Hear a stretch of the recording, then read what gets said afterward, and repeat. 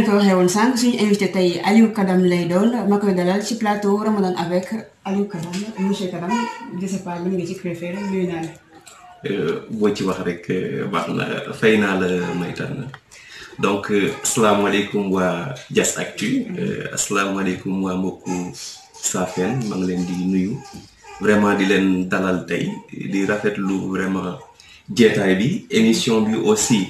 Vraiment, c'est une très belle initiative parce que Ramadan avec, ci circonstances yi ñi nekk nii c'est la première fois defe naa ñu nekk ci weeru koor bi nar a cohabiter avec vraiment mbas mi nga xamante ne mi ngi def ravage partout dans le monde donc vraiment lu jafe la donc émission bi c'est une très bonne émission. D'accord, merci beaucoup. Comme vous le savez, je vais vous rappeler que Aliou Kadam est mon invité. Donc, restez surtout connectés pour surtout l'émission. Donc, vous avez dit que Aliou Kadam, exactement. Aliou Kadam, une personne très simple, un conseiller municipal, bon. Jasa ko ñor leneen ñuru ko lépp lu may def fépp fu mu dugg je le fais pour les biens de Dias te tey bu mu duggee ci politique defe naa loolu moo tax mu dugg ci juste pour être au sauver de ma localité voilà. D'accord Aliou Kadam lan lay liggéey à part doon conseil ak fan nga juddoo est-ce que pour ça fi nga juddoo fi nga jàngee wala. Bon Aliou Kadam mu ngi juddoo Mbousnakh dëkk bu ñuy wax Mbousnakh voilà judo jàngee Xombol après dem université Cheikh Anta Diop de Dakar voilà jàngee au département d'anglais ba ni may pare ñu jël ma comme tuteur là-bas may joxe cours aux étudiants de la première année après cela bon jaar naa ITECOM comme professeur d'anglais des affaires jaar naa aussi école normale supérieure de l'enseignement technique et professionnel. Et puis moi jógee foofu en 2018 ma ubbi sama cabinet bopp qui est le cabinet ICA Études et depuis lors aussi je suis le directeur di liggéey avec les plus grandes écoles de ces pays et aussi bon di intervenir ci yenn yi organisation yi yenn ONG yi comme WARF. D'accord présenté wu nga mais dégg nga fenn nga wax monsieur premier kan mooy monsieur premier mu ñu ko doon laajte. Monsieur le premier donc ouais c'est une question bi mu xaaruma ko woon quand même xaw ma fan nga jëlee terme mais monsieur le premier defe naa ñëpp ak xam c'est monsieur le premier donc bugguma cee sori. mais ñëpp xam nañ kan mooy monsieur le premier et pourquoi le nom monsieur le premier. Bon tey ku mel ni man xaw ma exactement loolu fan la jógee peut-être que tamit am na ñuy seetaan ñoo xamante ne xamuñu ko est-ce que doo ñu leeralal un peu ci terme boobu. Pourquoi monsieur le premier. voilà. waaw dina jafe ma xuus ci. parce que vraiment feneen laa doon xaaree question yi. mais puisque posé ngeen ma ko. bon dinaa ci kii tuuti pour. Maytane mi nga xamante ne xamul kan mooy monsieur le premier mais monsieur le premier c'est juste benn politicien bi nga xamante ne mu ngi fii pour ça fii je peux dire que tey moo tax ma lancé waat ci politique parce que en 2007 maay woon réew mi bon ñu bëri xamuñu ko donc maay woon réew mi di def politique bi ma fa jógee aussi bon ma gelé samay activité politique bi ma ñëwee Dias j'ai vu que la situation vraiment desoon na lu bëri. D'accord côté politique boobu ngay wax après dinañ ci ñëw après puisque monsieur le premier dafa lié wu ak côté politique. après xam naa nañ ci ñëw nga gën a expliquer. côté boobu donc dañuy jàll ci li nga xam ne mooy Ramadan parce que nag ci lañ nekk nii ci weeru Ramadan yi. est-ce que tey Aliou Kadam day woor. Bien sûr je suis musulman damay woor. D'accord est-ce que tamit weeru koor gi nañu koy dundee métti na si yow wala méttiwul comme yeneen jours yi bon weeru koor nag du faral di métti ci man parce que même bu nekkul koor gi. souvent yeneen mois yi damay jékki-jékki les lundi wala les jeudi man ma woor donc koor gi moom c'est pas un problème pour moi et jusqu'à présent quand même sentiruma ko benn yoon. D'accord donc bokkoo ci ñuy woor di énervé wu di mer et tout ça. non pas du tout su ma wooree day mel ni wooruma. donc bokkoo ci liggéey. non ok d'accord donc gis nañu ni yow professeur d'anglais nga et puis instant bii nii école yëpp tëj nañu ndax mbas mi donc instant bii nii lan mooy sa activité ci weeru koor bi lan ngay def ci weeru koor puisque école tëj. Bon, vous savez, maa ngi doon liggéey ci ay sujets. Bon, ay projets de thèse, ay livres. Ay livres, j'ai des livres en santé yi nga xamante ne maa ngi koy bind nii. D'ailleurs ci ngeen ma fekk nii. benn mi ça parle sur l'Afrique de façon générale. beneen bi ça parle sur les femmes. Donc ci laa nekk di liggéey actuellement nii. À part que le fait que souvent am na ay site internet. D'accord. Am na ay journalistes yi may interpeller pour que ma bind aussi des articles. Récemment, bon, je vois que je pense que ñoom Ibrahima am na sama ñaari articles yi ñu reprendre yi nga xamante ne am na ay sites yi nga xamante ne ñoom ñoo ko publier woon ak journal L'Évidence. Donc tout le temps dañuy publier samay articles. Donc chroniqueur nga tamit dégg naa ñu ne chroniqueur. Oui, lan moo la dugal un peu si métier boobu jàngalekat nga et puis am na leen looy def lan moo la dugal ci métier un peu. nga nekk di bëgg bind en fait benn ay livre ay chroniques lan moo la inspiré exactement. xam nga tey jii nii. tey donc li ma gën a inspiré. mooy le fait que tey internet. mu nekk li nga xamante ne jeunesse yëpp ci la ñuy il y a une ruée de la jeunesse vers l'internet. Tout simplement parce que amatuñu vraiment l'amour de la lecture. Donc lépp lu ñu soxla ci internet bi lañ koy jëlee. Je me rappelle autant ñun bu ñu joxoon exposé dañuy sonn trop pour ñu def exposé bi parce que il faut des livres. Mais aujourd'hui bu ñu la joxee exposé mën nga dem ci internet. nga automatiquement nga taper le sujet et puis voilà tu as l'exposé. Alors tey j'écris pour partager mon savoir, mais pour participer aussi à la bonne marche de mon pays, faire passer l'information parce que tey jii nii le public a droit à l'information, à savoir xam li xew ci àdduna bi quoi. Donc ne serait-ce que xam-xam bu néew boobu yëpp bi ma yàlla dénk may bind di ko partager ak nit ñi loolu moo tax man ma dugg ci métier boobu. D'accord léegi instant bi nga xam ne école yi tëj na comme ni ma ko waxee woon sànq lan ngay xelal ñi nga xam ne ñooy élèves yi wala étudiants yi nga xam ne ñoo toog seen biir kër. jàng moom benn secret rek la am. benn secret kese. toog jàng say leçon. pas parce que ñu ngi ci fête wala mbas mi am na kenn mënatul dem école dañu war a fermer les cahiers non. Je pense que tey jii nii la ñu war a gën a ubbi seen cahier la nga xamante ne sax rëccoon na leen. parce que moi actuellement nii am na sujet yi nga xamante ne traité woon naa ko depuis 2012 maa ngi ubbi waat sujet yi di ko xool donc c'est un temps pour moi pour ma mën a revisiter waat le passé. au moins ma nourriraat sama esprit parce que l'esprit li koy nourrir c'est le savoir. D'accord kon ñoo ko déggandoo li nga xam ne moom mooy dundal suñu xel mooy li nga xam ne mooy savoir ba tey dañu des ci Ramadan bi donc Aliou Kadam bu wooree ba ngoon jot lan la taamu ndogu.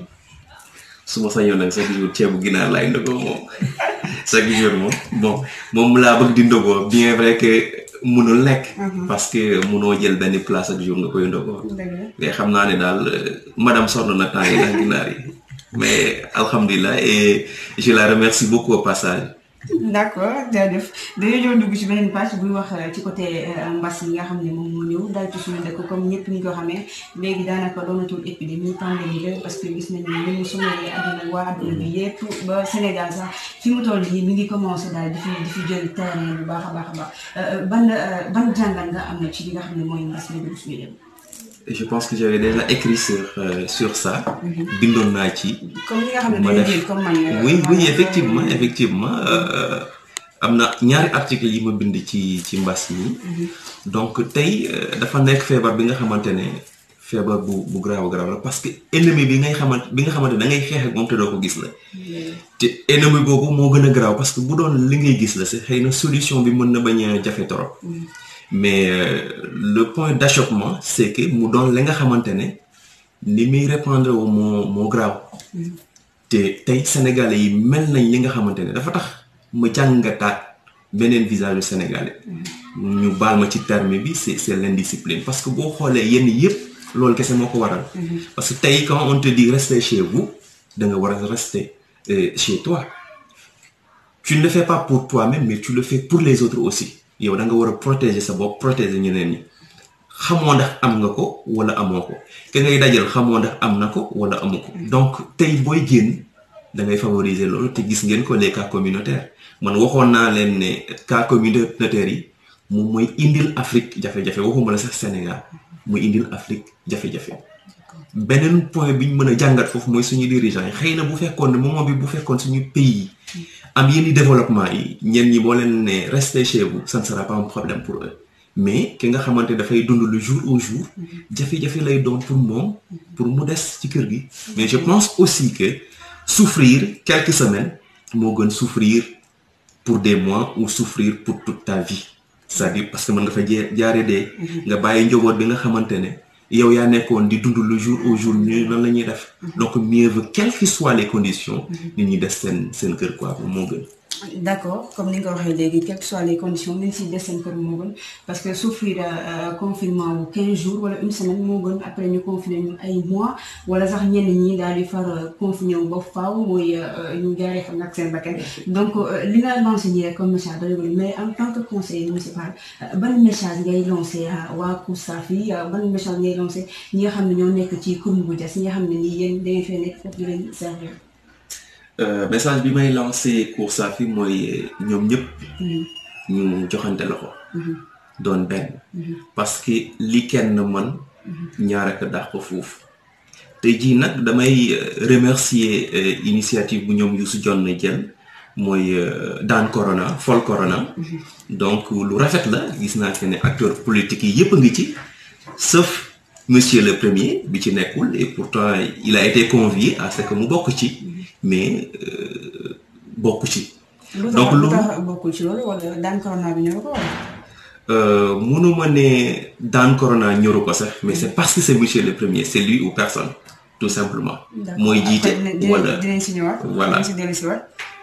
léegi en tant que ba tey conseil municipal nan nga gisee li nga xam ne ni mooy aide bi maire bi def à l'endroit de la population ceeb bi mu fi séddalee ñu naan 5 kilos la am ñu naan 10 nit yi di ko ngañ aussi ci réseaux sociaux en tant que conseil municipal yow. bon du ma bokk ci ñi leen di ngañ. te jàpp naa ne aussi. ñi fustiger li nga xamante ne moom la maire def. dañu comprendre.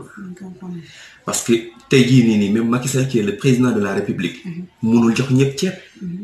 c'est-à-dire boo gisee lu mu joxe consistance c'est parce que dafa am ménage yu ñu ciblé ne ñii la ñuy jox su ko defee ñu mën leen a jox ñaari saako ceeb ak ay kit pâtes alimentaires savon et cetera mais bu fekkoon ne Sénégal yëpp lay jox ni que maire defee lay doon tout simplement ay ñaari kilo ñetti kilo lay doon. donc pour yow maire bi li mu joxe c'est suffisant mais population moo bari.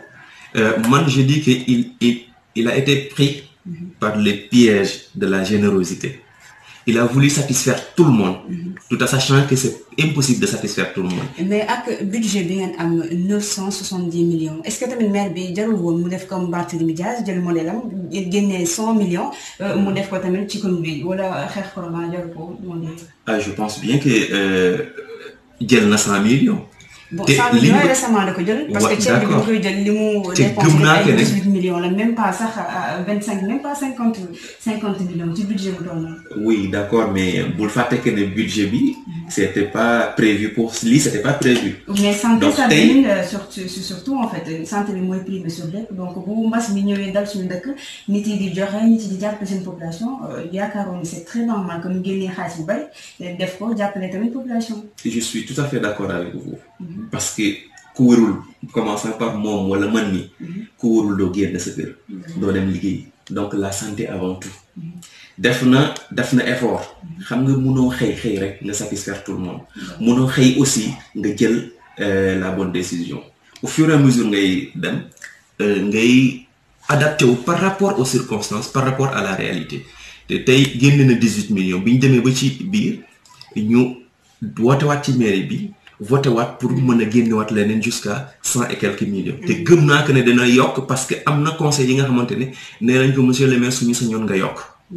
te ka nga xamante ne dem na ba indemnité du maire mën naa ne la nekkoon ci cabinet bi yëpp la joxe. mais foofu noonu gisoo fa benn contradiction parce que tamit budget bu 970 millions nga ni population bi kat jël naa sama salaire di leen ko may alors que ni xaalis baa ngi fi gisaguñu loo xam ne nii daal moom defagum na ko ci mairie ak budget boobu yëpp. dugaloon naa ko fii donc amul dara loo xam ne. mais attention ça le budget. Quand on parle de budget. nekkul xaalis ba nga xamante ne. dafa teew nii xayma bi ñuy def la. ñu ne année bi mën nañu liggéey ba am lii. donc ci suñu investissement. li ak lii la ñuy def. man gëm naa que ne. bu jaree maire génne budget bi nekk ci maire bi yëpp dina ko génne. mais est-ce que tamit yenn conseil yéen a xawul conseil bu baax ba tax mu génnee ay 18 millions pour di jënd ay ceeb lu ci am 2 kilos 3 kilos loolu tamit est-ce que amoon na njëriñ en fait. ak ay kit yoo xam ne nii eau de javel yoo xam ne nii ku nekk mbuus bu ñu jaayee juróom ci boutique bi mu ngay am comme eau de javel est-ce que loolu jaroon na ko ngeen yaakaar xaalis bi ngeen ci def yi. xam nga tey jii nii tey.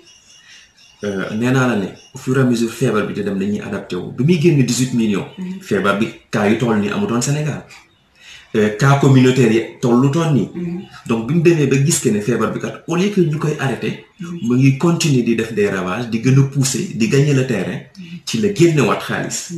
te man dama gëm que ne. dina génnewaat leneen et n'oublie pas ce n'est pas que ça. parce que mi ngi démarché au niveau des sociétés qui sont là. donc ñu ngi joxe aussi ay masques.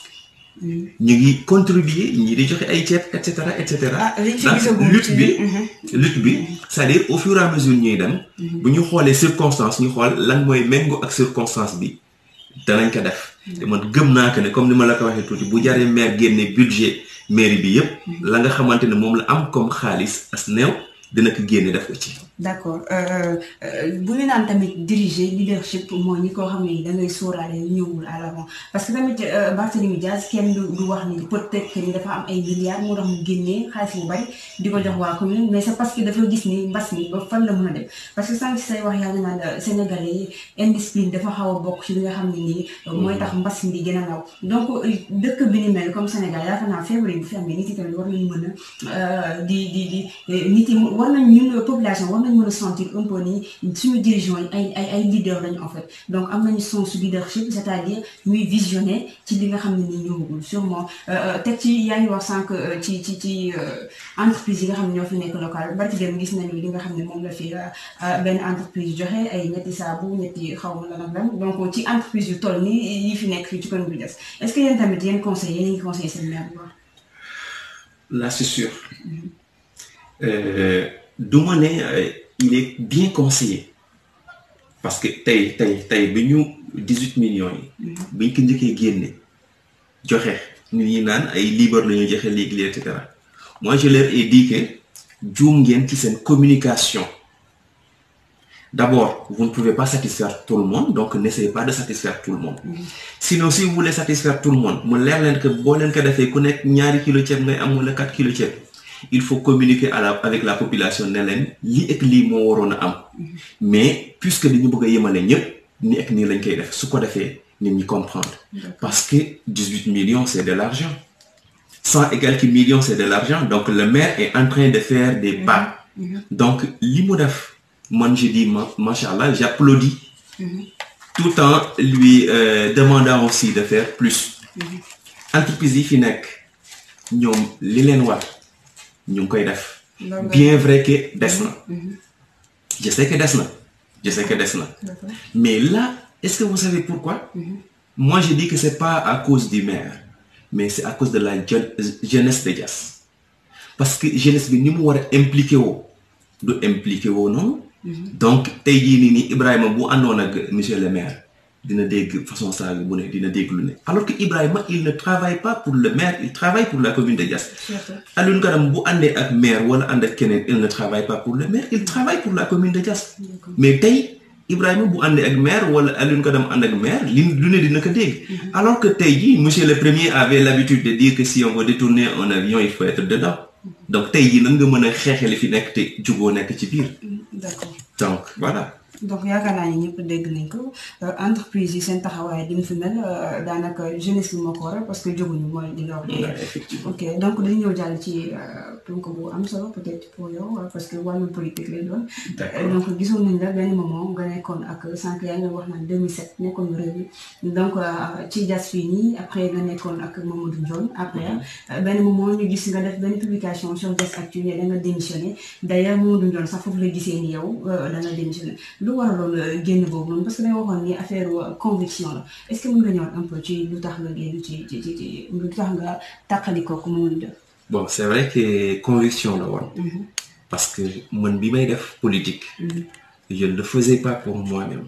d'accord nee naa la ne je le fais pour être au chevet de ma localité donc bu jàpp naa que ne politique daf maa tardel mais amul lenn lu may yokkal.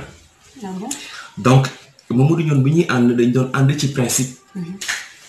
c'est-à-dire ñu ànd pour que Koursaafi am vraiment visage bi nga xamante ne ñëpp dinañ ko naw donc ànd pour la jeunesse saafeen ànd pour suñu yaay yi suñu bàjjan yi suñu papa ak suñu nijaay yi gis seen bopp bu baax a baax sur ce qui se passait sur la commune mais à un certain moment pour être très honnête j'ai senti que lui sama principe li taxoon mu jug ak moom li tax mu jug c'est pas la même chose. est-ce que nekkul bëgg a jiite bëgg a feeñ taxul woon puisque mënu woon nekk peut-être moo tax nga ni xaamay écarté wu pour bàyyi ñeneen ñi.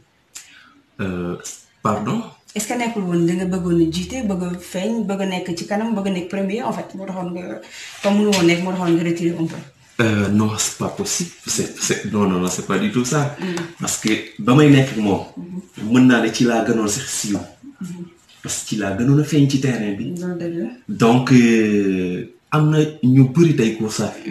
buñ ma xamee loolu moo taxoon ñu xam ma. mais man ci sama politique nee naa le principe lay demee. pas pour être le premier pas pour siiw pas pour leneen.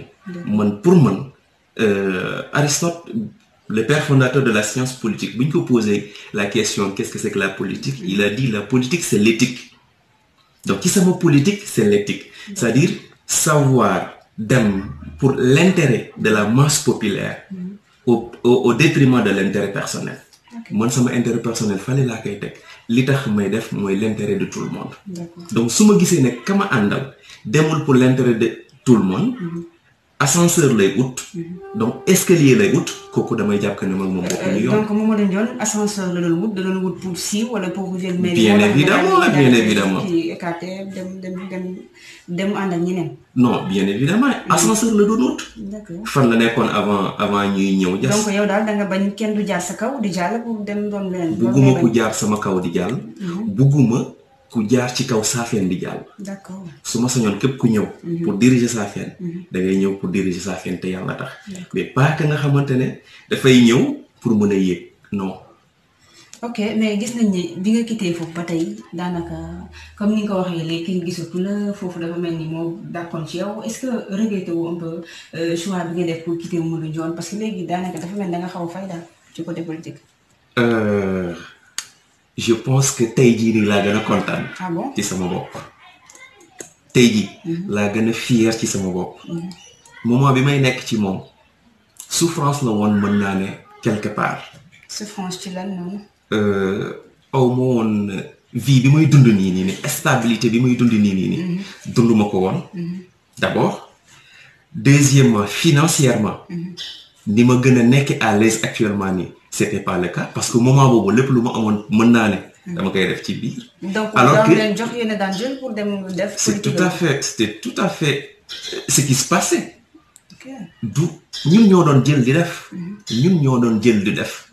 alors que tey jii nii macha allah parce que ça m'a permis quand même ma ubbi sama entreprise et au passage ma saluer bu baax a baax Mansour ñu koy wax Kaal Beñi parce que ba muy ubbi sama entreprise en toute sincérité moo ci jàpp bu baax a baax def ci ay millions yu bëri ma mën a taxawal bu baax a baax cabinet bi donc jàppal que ne tey su ma naroon a regretter ça sera le fait d'avoir été avec lui. donc te duma ko regretter. dama leen su ma amoon lu may regretter. Ça serait le fait d'avoir été avec lui mais du ma ko regretter xam nga lu tax. Aucune expérience n'est négative parce que gis nga foo jaar nga faxastalu daanu wala nga am échec. bu mu la metti jamais de la vie xam nga lu tax parce que fa nga jaar ba échec suba booy entreprendre leneen di nga moytu fa nga jaaroon. D'accord donc expérience la bi nga xamante ne da lay pousser. Effectivement échec la boo xam ne da lay jàngal. Merci beaucoup. D'accord merci. Vous avez tout compris. léegi actuellement nekkatoo ko Mamadou Ndione fan ngay militer exactement parce que dañuy gis ça et là des fois fan ngay militer. Non, je ne suis pas ça et là. Ah bon? Non, pas du tout. Man j'ai dit que bàyyi naa Mamadou Ndione mais j'ai jamais dit que bàyyi naa APR. D'accord. J'ai jamais dit que bàyyi naa APR. Bien vrai que man damay distinguer le parti ak la localité. Tey mën naa nekk dans l'APR mais demain pour l'intérêt de ma localité ma bàyyi APR ànd ak beneen parti ba nga xamante ni c'est juste pour l'intérêt de ma localité. Donc tout ce que j'ai fait c'est-à-dire il faut que ñoom ñuy distinguer l'intérêt national ak l'intérêt local bokkul parti ak localité bokkul ça fait deux. Ñu bëri bon comme ni nga ko waxee ça et là je ne suis pas ça et là j'ai un cabinet et je travaille avec parce que bi muy ubbi cabinet bi am na ay doomu jas yi nga xamante ne def nañ ci seen xaalis donc ne serait-ce que pour ça bu ma amee ay avantages yi nga xamante ne war naa ko mën a wàcce dans les localités balaa may xalaat feneen jas laay njëkk a xalaat. D'accord. Y compris bourse yi ñu doon joxe. Donc bourse yi donc avant may jàll feneen j'ai dit mais attends je vais travailler avec ceux qui sont à Diass ñi nga xamante ne mën nañu au moins subventionner les jeunes parce que formation tey jii nii dafa metti et puis l'enseignement il y a toujours des problèmes des fois da ngay jàng parce qu'on a un problème de système. Le contenu de notre système ne te permet pas nga jàng ba pare automatiquement ça ne cadre pas dans l'emploi. Alors ce qui cadre directement dans l'emploi c'est la formation professionnelle. Donc je me suis dit nan laay def pour que les jeunes de ma commune mën a bénéficier wu ci formation yooyu. Alors j'ai travaillé avec Djibi Ciss vraiment ma koy remercier aussi parce que c'est quelqu'un bi nga xamante ne bu fekkee ne c'est l'intérêt de la commune aussi gis naa que ne du ci valider da ci investir liggéey naa ci aussi ak ku mel ni Mamadou Diouf kooku aussi je le remercie beaucoup mais maak moom suñu relation dafa romb sax politique. D'accord. Parce que c'est avant la politique et ça sera un politique et ça sera après la politique. Ça moo tax xam naa gars yi naan ça et là parce que dañ lay gis ak groupe solution dañ lay gis ak ànd benno et tout ça sànq yaa ngi wax ni quitté na Mamadou Ndione mais pas APR mais élection présidentielle yi daa mel ni Sonko moo faraloon de wala. Je pense que ki ma votal élection yi dama préféré woon man ma neutre xam nga lu tax parce que dama jàng bu ma demee ba gisatu ma la nga xamante ne leer na ci sama bopp man ma toog ba mu leer ci sama bopp bu doon sama papa sax damay toog ba mu leer ci sama bopp ka ma votel nag je pense que le vote est secret ndax Idrissa Seck la Macky Sall la Sonko la wala keneen la je pense que foofu jërul ñu fay xam nga vote bi jaar na donc yaakaaruma ni am na lu garaaw loo xam ne nii war na mën a tax doo wax kii nga àndaloo wala kii nga waxtaan dafa mel ni tamit fi nga bëgg a bokk yow ñemewoo exactement wax ni fii laa bëgg a bokk et tout ça. xëy na xamoo ma mais ñu xam nañ que ne Alioune Kadam amul lu muy ragal. D'accord amul lu may ragal. donc instant bi kan nga àndal exactement Sonko la Mamadou Ndione la Mamadou Diouf la exactement xam nga wala nekkoo fenn daal. Mamadou Diouf Mamadou Ndione wala Djibi je suis en train de mettre la lumière sur ma voix. D'accord. En toute sincérité. Mais jàpp naa que ne ça peut être tout le monde sauf Mamadou Ndione ça moom. tout le monde sauf Mamadou Ndione. Est-ce que tamit nekkul di làqatu ci ginnaaw damay xool ba lan mooy ginnaaw damay xool ba sama yoon yaa ngi looy dem pour nga créer peut-être sa parti bopp wala am ñooy àndal créer daal loo xam ne yaa ko moom sa bopp. mën naa créer quelque chose ça moom c'est sûr. et du doon parti. du doon mouvement aussi pour dem élection. D'accord. Parce que pareillement pour dem élection. tey xam nga il faut que ñu waxante dëgg ñu bañ a naxante. Mon ami et mon frère Youssou damay faral di ko taquiner tout le temps tey bu ñu doon wax le candidat idéal, potentiel pour la commune de Diass, c'est Youssou Dione. Ah bon? Lu tax nga wax loolu yan qualité la am yu Mamadou Ndione amul wala yu keneen wala yu Djiby Ciss amul ba tax nga wax loolu nga tànn ko. Bon, Youssou il n'est même pas comparable à Mamadou Ndione. Ah bon? Non non non bokkuñu c'est-à-dire xam nga leadership. nekkul la nga xamante ne da nga koy cultiver pour am ko souvent c'est quelque chose d'inné te Youssou yàlla may na ko. mu mel li nga xamante ne wax naa la ko bi ñuy avant ñuy commencer émission bi c'est la personne bi nga xamante ne mën na def le consensus autour de lui te tey man li ma bëgg mooy une personne bi nga xamante ne dafay def le consensus autour de lui donc am na xam-xam bi en toute sincérité du tey da nga gis ka nga xamante ne jàng na ba agrégé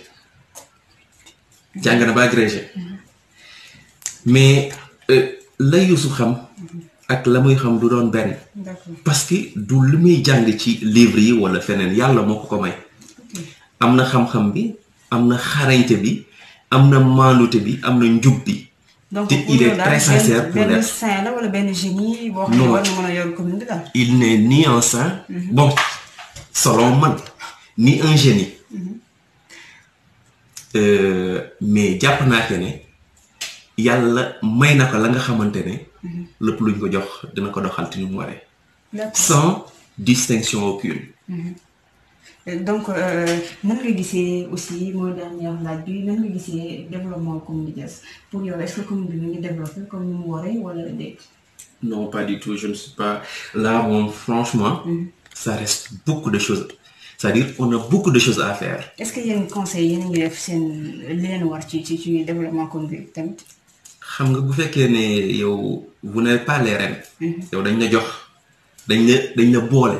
pour nga bokk ci ñiy conseiller ci ñiy xelal donc là ce pouvoir dafay limité wu ñun li ñu mën mooy conseiller le maire xelal ko tey je ne dis pas que le maire est fautif mais à chaque fois je condamne la population parce que dama jàpp que ne ñoom la. maire ñi ko wër conseil yi ñu ko war a jox dëggantaan dafa des joxuñu ko conseil yooyu mais lu mu mën mu ngi koy def et jàpp naa que ne sax tey même Youssou Dione dont je parlais tout à l'heure fekkoon na moom mu am ay nit ñi nga xamante ne lañ ko war a conseil duñ ko conseil ñu koy nax dana des mais li tax man ma préfère ko xam naa que ne autour de lui il y aura l'ensemble des compétences nécessaires bi nga xamante ne ja soxla na ko tey jii. mais maire bi conseil bi duñ ko conseiller li ñu ko war a conseiller donc yow sama question mooy lan ngay def ci maire bi en tant que conseiller puisque bu ngeen leen conseil peut-être duñu dégg. wala mon devoir je fais mon devoir et mon devoir c'est de conseiller qu'importe ñu appliquer sama conseil ou pas je vais conseiller. D'accord. Qu'importe, j'ai conseillé. Tamit dañuy faral di dégg souvent que ni conseiller dañuy nekk ci mairie bi pour rek jaay terrain ku ci gis ñi dawal oto tabax kër bu rafet voilà comme nii rek kër bu rafet est-ce que tamit yéen a ngi def seen liggéey comme ni mu est-ce que dañuy ñëw leen pour dund ci kaw askan moi je vous dis une chose. conseiller la. lu yàggul dara sa démission ci président commission environnement et cadre de vie loolu est-ce que du daw ay responsabilités moo taxoon ko liggéey foofu. C'est tout à fait le contraire aussi. du ay daw ay responsabilités man fépp fu ma nekk. je fais tout pour assumer mes responsabilités. D'accord léegi lan moo. donc li taxoon ma démissionner c'est parce que j'avais écrit un projet. sur l'environnement parce que dañ ma jox commission. sama devoir.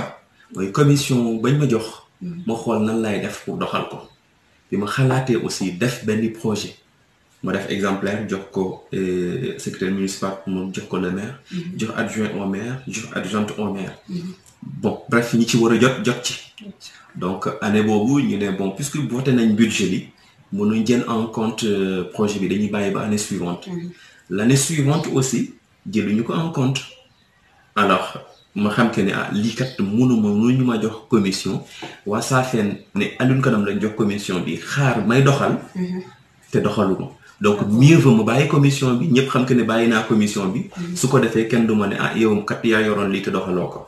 donc da nga gis ni say projet kenn daawu la bëgg peut-être jox xaalis pour nga def li nga xam ne moo taxoon ñu. non j'ai même pas besoin d'argent parce que du xaalis lañ may jox. ñoom laay jox projet bi et je voulais tout simplement projet bi dox idée yañ fa def.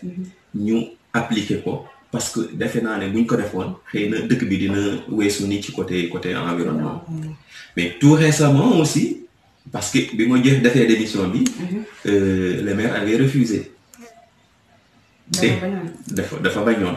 donc après le secrétaire municipal tout récemment il m'a dit on a jamais accepté sa démission. donc environnement soxla na la donc il faut nga ñëwaat jël sa commission nga doxal. donc maa ngi xool parce que dinañ ci waxtaanaat. bu fekkee ne damay jëlaat commission bi alors que duma mën a doxal aussi. ça ne vaut pas la peine. mais bu fekkee ne bu ma ko jëlaatee dinañ ma permettre. man ma doxal commission bi amul benn problème dinaa jëlaat commission bi. d'accord est-ce que doo ñëwaat un peu ci monsieur le premier parce que dafa mel ni commencé nga ko mais eggali woo ko après est-ce que bu doon ci mën a jox une explication bu rafet ci monsieur le premier. en toute sincérité bon comme ni ma la ko waxee. bugguma woon sori trop. mais yaa ngi may laaj tout à l'heure lan moo tax may bind. je pense que nit ñi ils ont besoin de comprendre. xam dañu war a am l'information. donc boo xoolee les principes yi nga xamante ne moom la ONU lal pour wàllu journalisme. c'était pour que les États ñu faciliter les journalistes le travail de sorte que population dafay am la bonne information. xëy na ñenn ñi duñu comprendre mais entre man ak monsieur le premier question de principe là encore une fois. parce que dañu àndoon mu gëm ko di ko défendre xëy na mën nga bañ a comprendre mais Ibrahima il était là il était témoin. tout simplement parce que am na la nga xamante ne moom la ma doon gëmloo que ne Saafeen moo ko ñor leneen ñoru ko. man nag képp ku Saafeen ñor.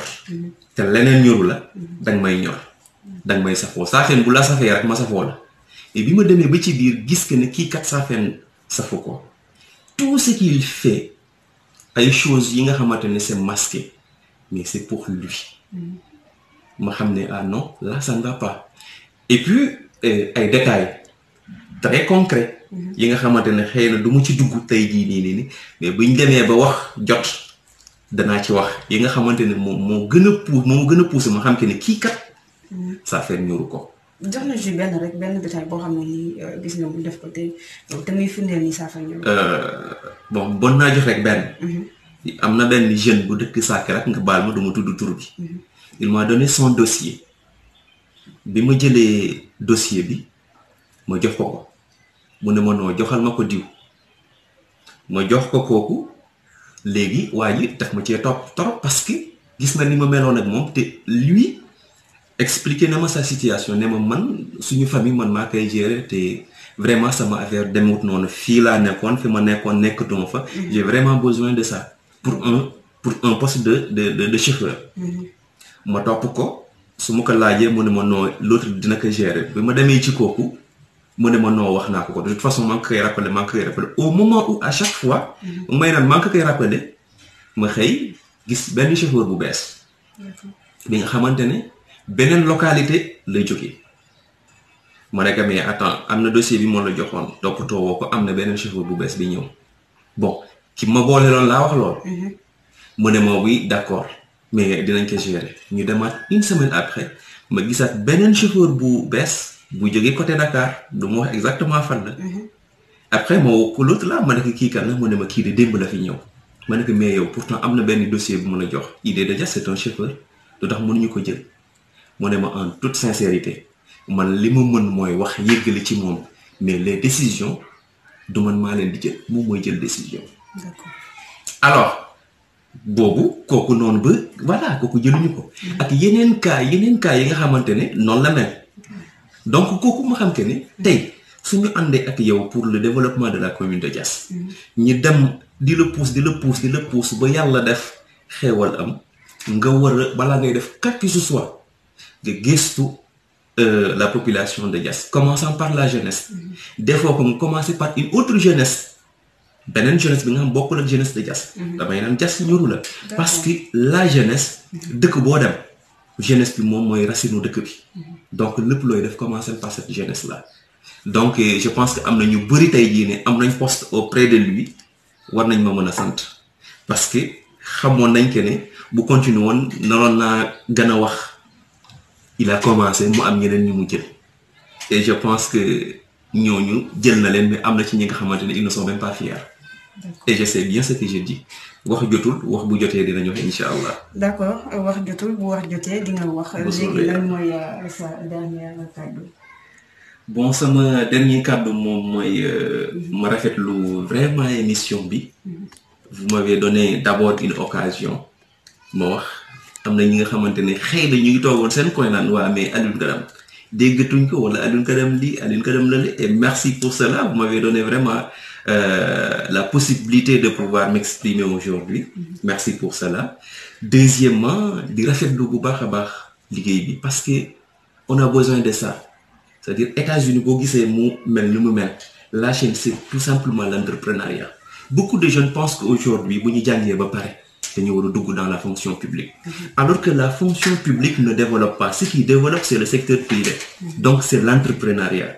Donc côté boobu vraiment kontaan naa ci trop ci seen initiative bi ci Ramadan bi nga xamante ne dugg ngeen ci aussi pour wettali nit ñi mais aussi pour passer une information ci li nga xamante ne moom mooy coronavirus bi tey c'est l'actualité de l'heure donc képp kuy wax coronavirus ngay wax te yéen a ngi ciy def seen liggéey chaque jour donc encore une fois merci pour cela fi may daanelee ci commune de Diass.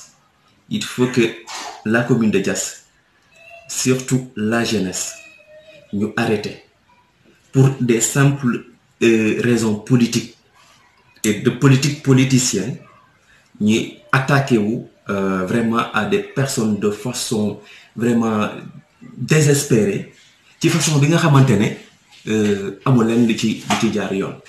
Tay la commune de Diass, ce n'est ni la commune de Al Samba, ni la commune de Mamadou Nione, ni la commune de Souleymane Faye, ni la commune de personne, c'est la commune de Diass. Donc ñun surtout la jeunesse parce que suñu maam yi suñu papa yi pare nañ ñun ñoo war a jóg. Il faut que qu'il arrête de diaboliser que ne diw warul ànd ak diw la woon qui est plus digne que qui kan moo ma gën a yeeyoo nekk maire de Diass ku gën a yeeyoo Youssou Dione nekk maire de Diass. Pourtant musuñ ma wax ci candidature Youssou Dione même chose et tey je le dis bu fekkoon dañuy ut dëggantaan expérience et compétence ça allait être Souleymane Faye xëy na mën nga bañ a xam kan mooy Souleymane Faye mais c'est quelqu'un bi nga xamante ne toute sa vie durant ci gestion des collectivités territoriales la yéen ba tey jii nii il a plus de 60 ans donc kooku bu fekkoon ne dëggantaan expérience ak xarañte ci wàllu gestion la ñu ut kooku il serait la personne idéale mais au moment où nous sommes pour moi la personne idéale c'est Youssou Dione je le répète. Mais je respecte son choix parce que moom nee na carrément que pareegut mais xam naa ne bu pare il ferait vraiment l'affaire de la commune de Diass. Tey Ibrahima dañ ma may ma daal ce que je veux dire c'est il faut que toute la compétence il faut qu'on fasse une synergie des compétences autour d'une personne comme lui sinon dina mettiwaat ñu jéem a dajaloo aussi ut ka nga xamante ne xëy na ñay nekk ci ginnaawam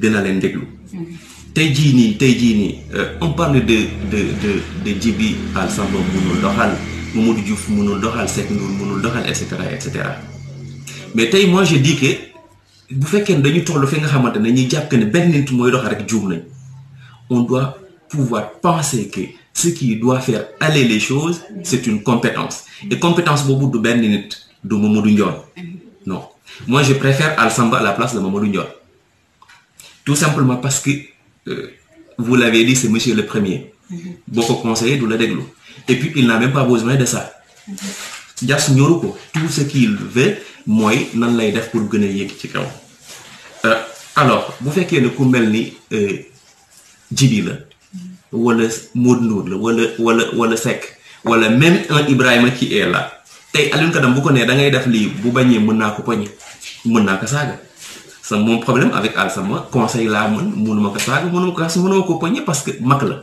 mais bu doon keneen mën naa ko poñe nekk da ngay def lii par force. Encore une fois Ibrahima il faut que vraiment ñu gën a xoolaat suñu doxalin te ñu xam que ne la commune de Diass soxla na compétence bi koy doxal et cette compétence là ce n'est pas une personne ce n'est pas deux personnes c'est une synergie bi nga xamante ne dañuy xool l'ensemble des compétences qui sont là pour ñu mën ko doxal wasalaam.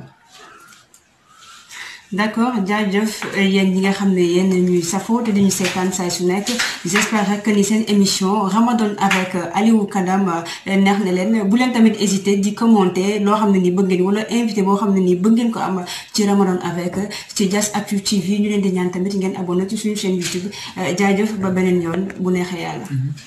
salaamaaleykum mbokk internet Diass Actu yi ñuy seetaan ñu ngi leen di nuyu di leen jox seen wàccuwaay di leen dalal ci suñu émission comme ni ngeen ko xamee rek Diass Actu dafa teg programme bu bees pour accompagner leen ci li nga xam ne mooy mbas mi ak tamit ci weeru koor bi pour ngeen di bañ a wéet saa su nekk donc moo tax nag Ramadan avec ci émission yooyu la ci la bokk tey nag ñoo ngi fii kër Aliou Kadam moom